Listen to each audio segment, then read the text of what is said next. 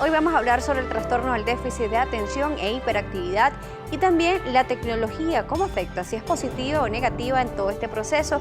Por eso nos acompaña en el estudio la doctora Gisbeli Salazar, neuropediatra. Un gusto que nos acompañe. Bienvenido una vez más. Gracias por la invitación, Daniela. Siempre es un gusto poderla tener acá, igual que al doctor Ángel Cermeño, que siempre nos acompaña con su proyecto Neuronas al Aire. Doctora, el trastorno del déficit de atención e hiperactividad, vamos a definirlo también un poco para las personas que desconocen el término o de repente tienen un niño en su casa con alguna de estas características y no lo han notado. Sí, el trastorno por déficit de atención e hiperactividad es un trastorno neuropsicológico y se caracteriza por inatención, impulsividad e hiperactividad, que aparece en la infancia, puede también manifestarse en la adolescencia y perdura hasta la adultez. Lo característico de este trastorno es que tiene o produce alteraciones tanto desde el punto de vista académicas como sociales en estos niños. Y por eso esa repercusión y la importancia de conocer de este trastorno neurológico. ¿Cuáles son las características de estos niños que presentan el TDAH? El TDAH tiene varias clasificaciones, si el paciente es inatento, si es impulsivo, si es hiperactivo, si es mixto. Una de las características más frecuentes que vemos en el colegio es la falta de atención, les cuesta copiar de la pizarra, pierden con a menudo las cosas, pueden ser escolares o en su casa, no logran concentrarse.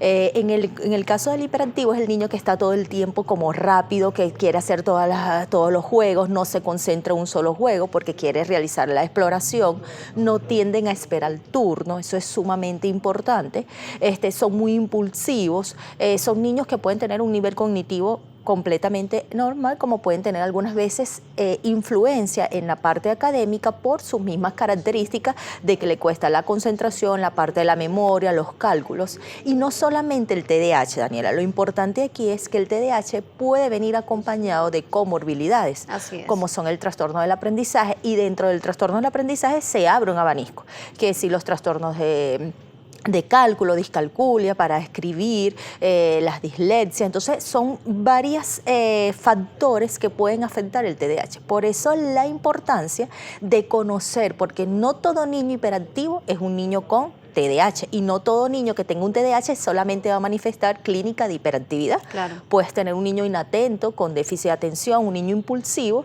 y no necesariamente es ese niño que sea disruptivo. La importancia desde el punto de vista social, ¿por qué debemos conocerlos? Porque no es solamente etiquetarlos, es brindarle las herramientas necesarias para que estos niños puedan tener un desarrollo social lo mejor posible y sobre todo en la parte académica. ¿Cuándo se comienzan a dar cuenta los padres que algo está sucediendo con el niño, que es muy inquieto? A veces decimos, tranquilo, los niños son inquietos, son juguetones, déjalo ser. Pero realmente, ¿cuándo nos llama la atención de que el niño es tan inquieto en ese momento? O sea, ¿cuándo? O sea, cuantificarlo de repente es un poquito difícil. Sí. Pero ¿cuándo decir, mira, esto es normal en el niño de esta edad a esta edad? Y cómo hacer para que haga caso, que la educación también por parte de la casa y la parte del colegio es muy importante. A veces le dejamos solamente la tarea al colegio, pero también en casa hay que comenzar. Sumamente importante esa pregunta. Primero tenemos que hacer un buen diagnóstico y nos basamos en los criterios del DSM-5. Son criterios en donde ya están establecidos y por supuesto la evaluación y lo que tú comentabas. El paciente, si tiene unas características de inatento, impulsivo e hiperactivo que influye en varios ámbitos de su vida social, ya sea la parte académica, en su casa, en otras áreas sociales, ese es un paciente que ya cumple con criterios que puede tener un TDAH. Pero tú de repente tienes un niño que sea hiperactivo, que sea intranquilo, pero solo en la escuela tiene un excelente comportamiento, en la casa simplemente lo manifiesta con una de la familia, puede ser mamá o papá o la abuela, pero no tiene afectación en su vida cotidiana. Eso es lo que realmente es uno de los criterios mayores, que el paciente con toda esta sintomatología le influye en su parte académica y social. Y son clínicas, síntomas que tú vas a ver que tienen una persistencia de más de 6 meses. Es decir, que es ese paciente hiperactivo e inatento que te dure más de 6 meses esa sintomatología y ya desde la infancia tú puedes ver signos y síntomas que te dicen, mira, este paciente te puede desarrollar un TDAH. Cuando hablamos sobre el diagnóstico oportuno y hacer las herramientas necesarias, ¿se puede confundir un niño que no está escuchando bien con un niño inatento, por ejemplo? Sí, sí, por eso es importante el diagnóstico, porque tienes que hacer descartes de otras patologías para nosotros decir este niño realmente es un paciente con un TDAH. Eso es sumamente importante. Pacientes con alteraciones del trastorno sensoriales, te pueden ser sintomatologías, los pacientes con una epilepsia generalizada, los tipos ausencias, te pueden hacer clínica igual como un paciente inatento.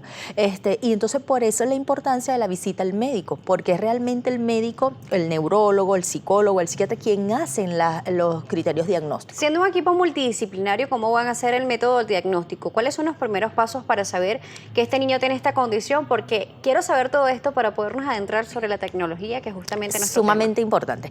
Los maestros son en la gran mayoría los que hacen muchas veces ese signo de alarma por el comportamiento del niño en el salón de clase. Una vez que se realiza el signo de alarma, muchas veces los madres van al pediatra y el pediatra es el que deriva, ya sea al neurólogo o la parte del psicólogo.